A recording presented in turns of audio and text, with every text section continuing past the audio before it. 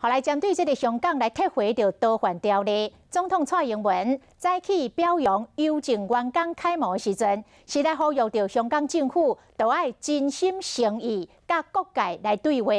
另外，国民党的党主席吴敦义批评蔡英文，讲这个蔡英文的作为，和中共有借口来拍台湾，所以蔡英文才是中共上大的代理人。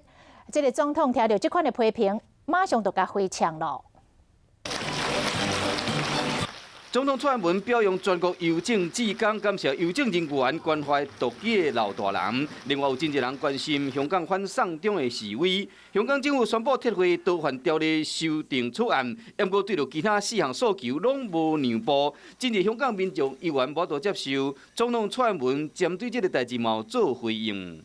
我们有注意到这个最新的发展，我们也会持续的去观察去关心那我是要再一次的呼吁香港政府能够真心诚意的跟香港的各界对话。